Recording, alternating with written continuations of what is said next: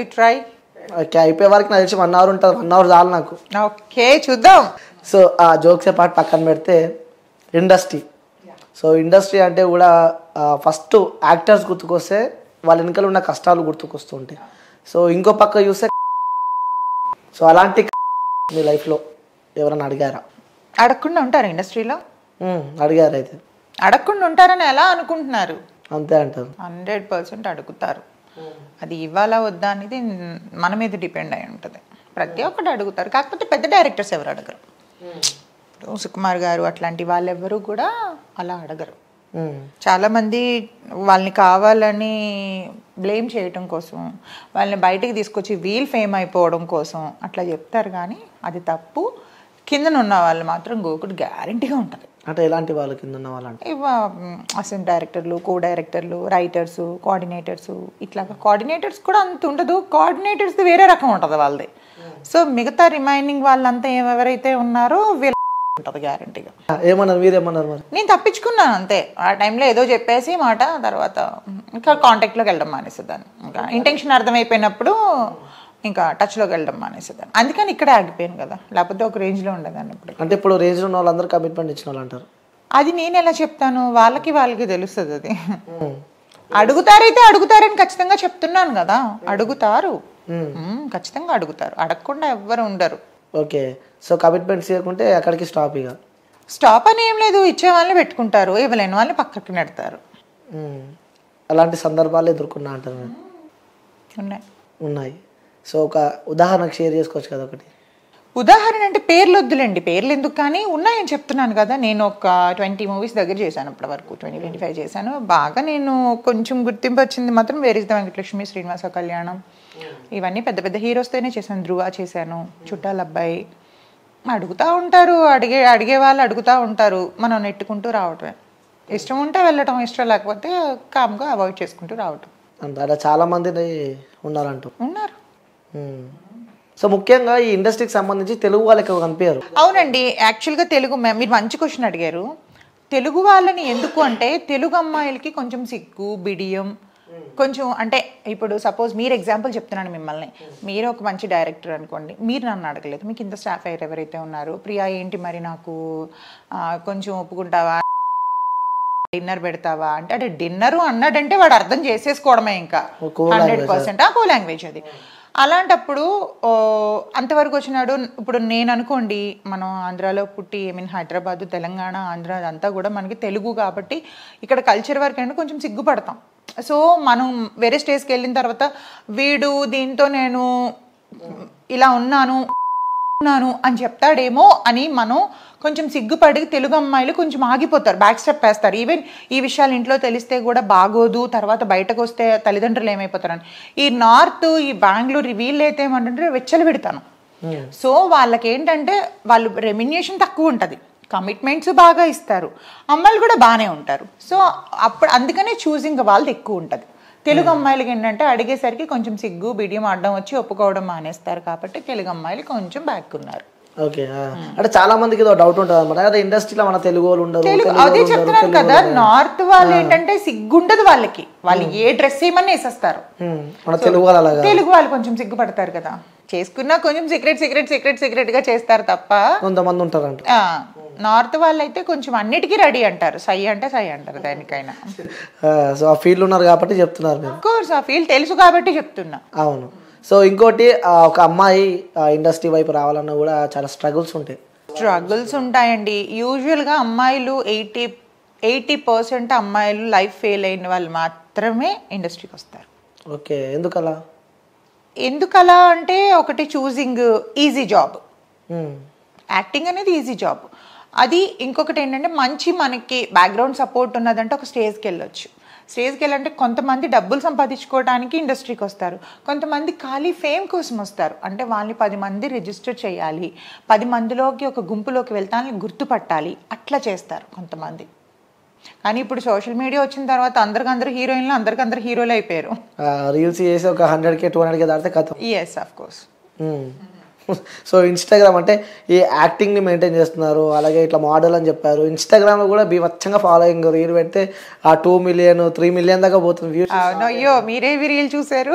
చూసాను నేను, మీరు ఇన్స్టా ఓపెన్ చేసి చూసాను నేను. ఏంటి ఆ రహస్యం ఏంటి మరి? అట్లా ఏం లేదండి, నాకు అవన్నీ ఆర్గానిక్ ఫాలోవర్స్, ఒక్క పెయిడ్ ఫాలోవర్ లేరు అందులో. ఓకే. నేను ఆల్మోస్ట్ మధ్యలో కొంచెం పర్సనల్ వర్క్ ఉండి ఒక 2-3 months మానేసా, రీల్స్ పోస్ట్లు ఏమి చేయలేదు, యాక్టివే లేదు అసలు ఇన్స్టాగ్రామ్లో. అప్పుడు మహా అంటే ఒక 2-3K తగ్గారు, మళ్ళీ అగైన్ ఒక 10K పెరిగారు. సో నేను డైలీ యాక్టివేషన్లో ఉంటే పెరుగుతారు, అవన్నీ organic followers. Okay. So promotions నుంచి ఎంత సంపాదిస్తుండవచ్చు? సో ఇన్స్టా ఇన్ఫ్లుయెన్సర్ అంటే ఫస్ట్ క్వశ్చన్ అది గుర్తుకొస్తుంది. ప్రమోషన్స్ బాగానే వస్తున్నాయి, దేవుడి దయ వల్ల మీ దయ వల్ల బాగానే. ఒక పేమెంట్ ఒకటి 20,000 18,000. అండ్ ఇవేంటంటే నాకు సర్వీసెస్ ఫ్రీ. ఇప్పుడు నేను ఎక్కడికైనా ఒక సెలూన్కి వెళ్తాను, సెలూన్కి వెళ్ళినట్టు మినిమం 5 to 8K ఈజీగా అవుతుంది, హెయిర్ మనం నెయిల్స్ అవన్నీ చేయించుకుంటే. నాకు ఒక వీడియోతో ఆ మనీ అంత సేవ్ అవుతుంది, ఒక 10,000 15,000 20,000 అట్లా అనమాట. ఇమ్మడి చేశాను నేను, ఇమ్మడి వాళ్ళు 15,000 వర్త్ ఆఫ్ జ్యువెలరీ ఇచ్చారు, అది నేను కొనుక్కుంటే నాకు మనీ అవుతుంది కదా. సో అట్లా కొలాబ్ చేస్తున్నాను, ఫోటోషూట్స్ ఉన్నాయి, ఫోటోషూట్స్కి కొలాబ్ చేస్తున్నాను. సో నాకు కొన్ని పేమెంట్స్ వేస్గా చేస్తున్నాను అనమాట. 20-15 మినిమం 15,000 అక్కడ నుంచి అబవ్ వస్తుంది అనమాట. స్టార్టింగ్ ఎంత తీసుకుంటారు ఒక promotion? Depends on 15,000 10,000 minimum 10 minimum 10,000. Okay. అదెంత హార్డ్లీ ఒక 1.5 or 2 hours షూట్ ఉంటుంది అంతే. అంతే ఉంటుంది. ఇన్స్టాగ్రామ్ చూసాను అనమాట నేను స్టార్టింగ్ నుంచి. ఇన్స్టాగ్రామ్ చూసుకుంటే అదే చెప్పినా నేను చాలా వరకు నాకు ట్యాగ్ చేయలేనివి అవి వాళ్ళ వాటిల్లో ట్యాగ్ చేసుకునే వాళ్ళవి. నేను ఒక రీడిఫైన్ క్లినిక్ ఒకటి చేశాను, అండ్ ఇమ్మడి జ్యువెలర్స్కి ఒక చాలా వరకు చేశాను. ఓకే. ఎలా ఉంది ఇన్స్టాగ్రామ్లో రీల్స్ వచ్చినాక లైఫ్? నాకు తెలిసి చాలా మంది ఇన్ఫ్లుయెన్స్ అయిపోయారు. ఇప్పుడు చాలా మంది ఇంట్లో కూర్చున్న వాళ్ళు కూడా. యూజువల్గా ఏంటంటే నాకు ఉన్న పెద్ద మైనస్ ఏంటంటే నాకు రిసీవ్డ్ మెసేజెస్ రావన్నమాట. సో వేస్ట్ టాపిక్స్ ఎక్కువ అవుతున్నాయని చెప్పి నేను ఆఫ్ చేసి పెట్టేశాను అది.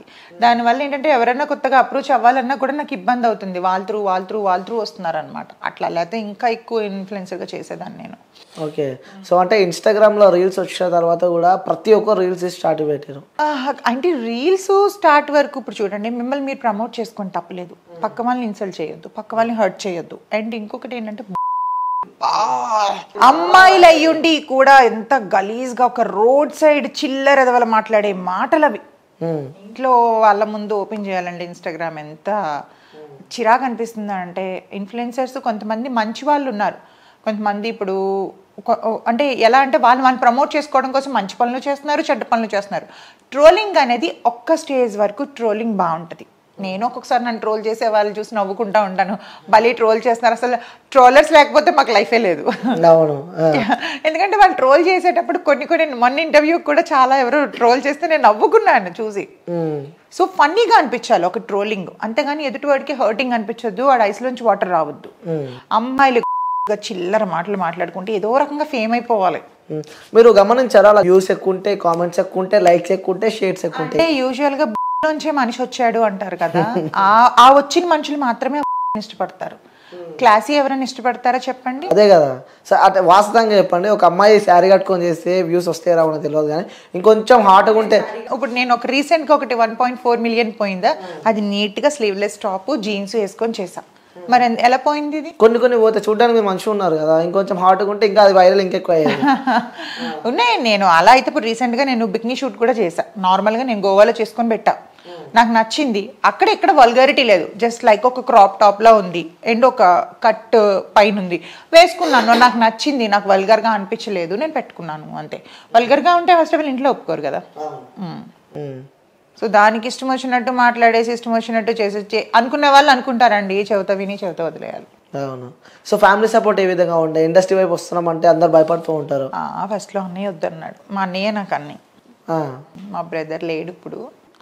ఏమైనా హెల్త్ పాడైపోయింది, అదే ఇప్పుడు కాదు ఒక 8 years అవుతుందండి. సో తన సపోర్టు తర్వాత ఇప్పుడు నేనే పెద్ద ఇంటికి పెద్ద. ఎంతమంది ఉంటారు ఇంట్లో? మా ఫాదర్ ఉన్నారు, మా నీస్, మేమంతా ఫ్యామిలీ, ఉమ్మడి కుటుంబమే. ఓ సూపర్. ఎలా ఉంటుంది ఇంట్లో వాళ్ళతో? బాగుంటుందండి, నాకు ఫ్యామిలీ లైఫ్ అంటే చాలా ఇష్టం. ఓకే. ఎఫెక్షన్ ఎక్కువ మదర్తో ఎక్కువ ఉంటుందా? మదర్ లేరు, ఫాదర్ ఉన్నారు. ఆ ఫాదర్తో తక్కువ, నాకు ఇంట్లో మా అన్న పిల్లలతో వాళ్ళతో ఎక్కువ. ఓకే. సో మిస్ అవుతుంటారా మదర్ని? మిస్ అవుతానంటే చాలా ఇయర్స్ అవుతుంది కదా, కొంచెం ఒక్కొక్కసారి అనిపిస్తుంది ఉంటే బాగుంటుంది అన్ని చెప్పుకోవడానికి అని. సో నాన్నతో ఉంటా అంటారు. నేను అనలేదు. మరి అంతే కదా. ఇది కూడా అడ్వాంటేజ్ తీసుకొని చాలా మంది కొంచెం నీకు పేరెంట్స్ లేరు, మీరు మీ ఫాదర్ ఉన్నా కూడా అన్ని చెప్పుకోలేవు కదా అట్లా కూడా అన్నారు. కానీ అందుకే అంత స్ట్రాంగ్ గా చెప్తున్నారా? అర్థమవుతుంది. అదే ఫ్యామిలీకి నేనే హెడ్ కాబట్టి ఆటోమేటిక్ గా స్ట్రాంగ్ ఉంటారు. మన ఎవరి మీద ఎవరైతే డిపెండేషన్ ఉంటుందో, అంటే ఇంటికి మనం పెద్దగా ఉండి పెద్ద దిక్కుగా చూసుకునేటప్పుడు ఇట్లాంటి వాటిపైకి మనసు పోదు. ఆడుతూ పాడుతున్న ఏజ్లో అనుకోండి అది మనకి వెళ్తుంది. మీకు రెస్పాన్సిబిలిటీ ఉండేటప్పుడు మాత్రం ఎప్పుడు కూడా టైం పాస్ చేయడానికి చూడరు. ఓకే, సో మీరు ఒక యాక్టింగ్ ప్రొఫెషన్లో ఉన్నారు కాబట్టి సో మీ ఇన్స్టా ఇన్ఫ్లుయెన్సర్ కూడా. సో మీకు ఇష్టమైన యూట్యూబర్ ఎవరు? నాకంతా ఏం లేదు, యూట్యూబర్ ఇష్టపడాలి ఏం లేదు. నా ఇన్స్పిరేషన్ మాత్రం చిరంజీవి గారు. చాలా ఆయన అంటే ఇట్లా పీకలా కట్ చేసుకుంటా అనమాట, అంత ఇష్టం ఆయన అంటే. తర్వాత ప్రభాస్ గారు ఇష్టం. చిరంజీవి గారు అంటే ఇంకా నాకు చైల్డ్హుడ్ నుంచి కూడా ఆయన అంటే అబ్బా, ఆయన సినిమాలు చూసి పుట్టిపోయిన 90s కిడ్స్ అంటే ఉంటుంది కదా ఇంకా. సో ఆయన చాలా చాలా ఇష్టం ఆయన అంటే. ఓకే సరే, ఇది వీడియో చిరంజీవి గారు చూస్తూ ఉంటే చెప్పాలి అంటే ఏం చెప్తా? ఆయన చూసి చాలా నేర్చుకోవాలి. ఇండస్ట్రీకి వచ్చిన ప్రతి ఒక్కరు కష్టపడి ఎలా పైకి రావాలి అన్నది ఆయన చూసి మాత్రమే నేర్చుకోగలగాలి. మాత్రమే అంట ఆయన మాత్రమే, ఆయన ఒక్కరే, ఎవరు సపోర్ట్ లేకుండా వచ్చింది. అల్లూరి రామలింగయ్య గారు తర్వాత కదా ఆయన ఫస్ట్ మూవీ ప్రాణం ఖరీదు. చిరంజీవి గారు అన్ని మూవీస్ చూస్తాను. ఓకే, సో ఎలా ఉంటాయి కష్టాలు, యాక్టింగ్ కష్టాలు కానీ అక్కడ లోపల గ్రౌండ్ లో ఉండే? గ్రౌండ్ లో అంటే కొంతమంది మొహం మీద తిడుతూ ఉంటారు, మనం అట్లా అంటే ఇట్లా దులుపుకుంటూ వెళ్ళిపోవాలి. అంటే యాక్చువల్గా ఒక డైరెక్టర్ మనల్ని తిట్టారు అంటే మనల్ని నేర్చుకోమని, ప్యాంపర్ చేసే వాళ్ళు అంటే వాడు ఏదో ఎక్స్పెక్ట్ చేస్తున్నాడో అని అర్థం. ఓకే, తిట్టే వాళ్ళే మంచిది, అంటే యాక్టింగ్ నేర్చుకో అని అనే వాళ్ళే తిడతారు. ఓకే, సో ఎప్పుడు మీకు ఇటు ఇండస్ట్రీ వైపు రావాలని చెప్పి ఎప్పుడు కలిగింది? 10 years అండి, 10 years బ్యాక్. స్టార్టింగ్లోనే చెప్పాను కదా, మనకి ఐశ్వర్య కలుషం అని దూరదర్శన్లో ఒక సీరియల్ చేశా. ఓకే, దాని తర్వాత అష్టాచెమ్మ అని మా టీవీలో, తర్వాత ఈటీవీలో అత్తారింటికి దారి, ఒక 2-3 సీరియల్స్ చేశాను అప్పట్లో. ఓకే, సో అప్పట్లో. ఓకే, అంటే మీ లైఫ్లో ఫస్ట్ అడిగినప్పుడే బ్రేకప్ అని చెప్పారు కాబట్టి, సో వాట్ ఈజ్ లవ్ అంటే ఏం చెప్తారు? అదా ఒక మోజు. లవ్ అనేది అసలు లేదండి, తల్లిదండ్రుల దగ్గర నుంచి వచ్చిందే ప్రేమ. వాళ్ళు మాత్రమే ప్రేమించగలరు. ప్రేమించడం దగ్గర నుంచి వచ్చింది. ఈ మధ్యలో ఇవన్నీ ట్రాష్, ఇవంతా అసలు ప్రేమ ఇప్పుడైతే లేదు. ఇప్పుడు జనరేషన్ లో అసలు ప్రేమ అనేది లేనే లేదు. మరి ఏముందంటారు? లేదు, అది అంతే అట్రాక్షన్, అంతే. ఒకరి నీళ్లు ఒకరు ఫుల్ఫిల్ చేయడం కోసం మేల్ అట్రాక్టివ్ ఫీమేల్ కాబట్టి దానికి ప్రేమ అనే ఒక ట్యాగ్ పెట్టేస్తున్నారు అంతే. అది యూజువల్గా ఒకరు అవసరాలు ఒకరు తీర్చుకోవడం కోసం అని అంటే బాగుండేది, బట్ దానికి లవ్ అని పెట్టేస్తున్నారు. దీని అవసరం అయిపోయిన తర్వాత ఇది వదిలేస్తాడు, అవసరం అయిపోయిన తర్వాత ఆడ వదిలేస్తాడు. తల్లిదండ్రుల ప్రేమ కంటే ఎవరి ప్రేమ గొప్పది కాదు. సూపర్, మంచి గుణపాఠం నేర్పింది అంట లవ్. మామూలు కాదు. అమ్మ నాన్న మాత్రమే ప్యూర్గా మనల్ని లవ్ చేస్తారు, మన పిల్లలు కూడా మనల్ని చేయరు అంత లవ్.